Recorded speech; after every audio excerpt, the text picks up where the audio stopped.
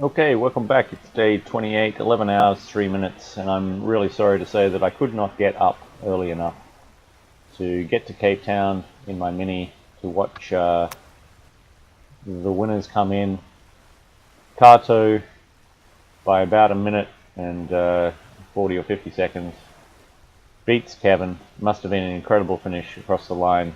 Feeling of elation for both of them, and well done to both of them. They came through the, the coast of Africa. They've battled with pretty pretty average sort of winds the whole way down, and an amazing effort that they've made.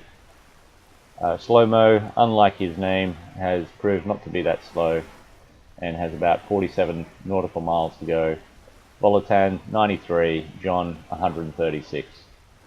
So well done to these guys here. X-Ray, first from the southern group, is still 216 nautical miles away. Obviously this information here is probably a little bit wrong, but as you get closer to the mark it actually becomes more accurate, so I'll take that. What's happening in this race? Well, yes, it does look like that the coastal huggers, for some of them anyway, are going to come in before the southern guys. I would say that this group of three here, with Slow-mo, Volotan, and John, will get there before X-Ray, and then it will be a bit of a race between Blackborough, Tupelew's on board right now, and Full Moon and David Yesser.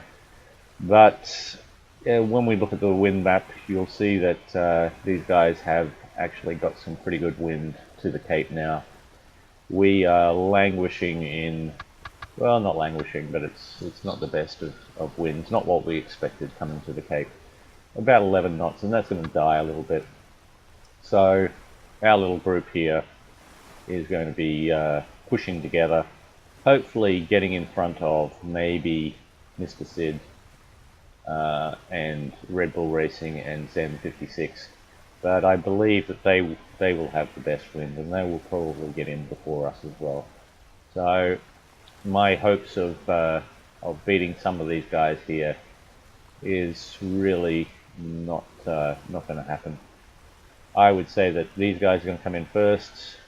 Well, not first, before us, and then it's going to be a race between us, Dingo, Night Schwimmer, Nish Schwimmer. Zepp's going to beat us as well, and then these guys here are going to come in after us. We're on a fairly slow path to the Cape. At the moment we've still got a little bit of wind, and you can see that these guys actually do have some fairly good wind at the moment. As I move forward in time, you'll notice that it starts to die for us. These guys here, except for maybe David or David, will start getting into a little bit of blue as well. But I'm sure that he can keep in the fairly good wind zone here with the regionalisation of Sailaway weather. As for us, we're going to be like this for about 10 more hours until about 0.2 or 0.5, depending on whether we go 70 or 80 degrees. And then we'll, at about 10 o'clock tonight, which is about 12 hours from now, we will get the wind coming back for us, and that will be us hopefully codoing mostly all the way into the Cape. So we have at present about 1 day 22 hours. I expect this to come down a little bit, but not too substantially. So that's the state of play. Rethink the last, say, 48 hours or so, maybe 36 hours, because it's been a while since I made a video, and I'm sorry for that. But we had some terrific wind taking us up and around, but then that died out, and that's where little bit of heartbreak would have come for X-Ray and Blackborough, as they knew that they weren't going to make it in time. And now, instead of coming first or second, they're going to come probably where they stand right now, maybe even less than that. Just depends whether Full Moon can get some of that good wind coming through. But X-Ray at 6th, really good effort. Black Shark, I'd like to talk about Black Shark and see what he did. This guy here, I'm just on Tonic's Pyro Sail, and this is a great little web development thing. It's it shows where the boats have gone, maps them out. When you press on it, you get the name of the boat. I wish that the line actually highlighted as well, but this guy here, Black Shark, he came from all the way up here, came through some really bad weather at one stage. I was watching him, this was a week or so ago, and then turned and got a little bit of angle, and almost caught up to X-Ray and Blackborough. Really interesting path there. The same with Mr. Sid. He came through a little bit of bad weather as well and turned towards the Cape. So these guys did really, really well, to imagine that route. Really interesting stuff. As for us, we've been weaving up and down for a while now, and yeah, with 2 days left in this race, it's going to be pretty close. Back to the game map, and looking at some of the guys still quite a long way out. These guys have been struggling with wind quite a while, coming through the middle of the map. Sometimes you think that the middle is going to be good because you're going to be able to adjust from side to side, but in this month of racing, really didn't help them that much. Lewis Deff, he was well wide and came around. Jasper, Rafa Carr. At one stage, Rafa looked like he was going to beat us, but he went a little bit way too south for what happened. He thought, like some of them, that roll big, win big. Didn't happen in this case. Even X-Ray and Blackborough probably went a little bit too far south as well. But they were trying for that wind, and if they'd got the wind, this would have been a completely different story. So it's been an interesting race. Dingo there, he broke with Zyle a few days ago, and now is quite a way in front. Zyle didn't turn at the right time. I guess must have been offline.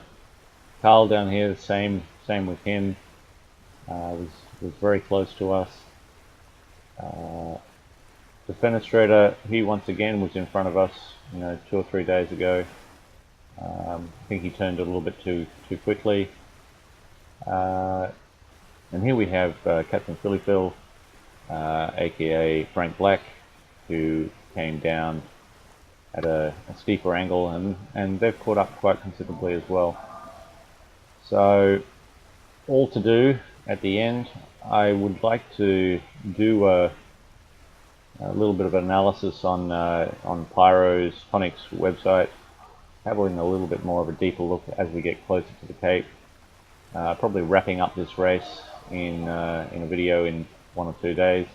On a last note, I think if any of the organisers are watching this, I know that you want to make sure that everybody gets in and has a good break before we start the next leg. But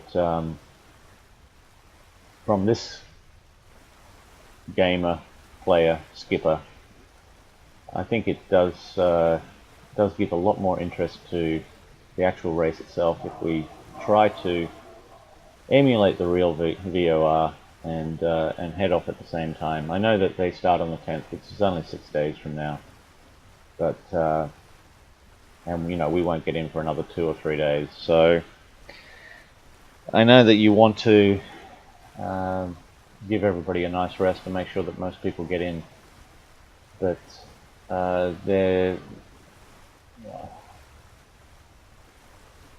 but I'd like to, you know, push the limit and just say, you know, there has to be a cutoff at some point. Maybe others will disagree with this, and I think that it would be good if you put it to a straw poll and see what people say. Oh, the other thing I'd like to say is, if Richard ever watches any of these, welcome to my channel. But you know, a couple of us would like to push for either the polars being released for these boats, or you know, a little bit of de-nerfing on some of them. A little bit more work, we believe, needs to go into the 50 cruiser. We'd love it if you changed quite a number of small things that would make this boat a little bit faster, and maybe some big things as well. The small things would be moving the center of gravity back a little bit. Also, the heel is a little bit too accentuated, especially at smaller speeds and at larger speeds as well. I hate it when my Jenica goes into the water all the time. Maybe reducing the weight of the boat, giving it a little bit more speed, especially on downwind. The upwind downwind differential doesn't seem to be that great. And I guess lastly, two things with the sail planning. Love to be able to put up 2 sails at the same time, or at least, you know, as with the other boats as well, being able to move between Jenica and jib, having the jib up while the Jenica is still flying, taking the Jenica down, and then going on our way, and the same in reverse. And lastly, I know it's a big ask, but having an asymmetrical spinnaker, you know, would be a godsend. So thank you for listening, thinking about some of the things that we've been talking about, especially with Pepper's Ghost, Ratline, and a couple of the other guys. Call out to Tommy Codds as well. Good having a chat with him the other day. So guys, thank you very much, and good sailing.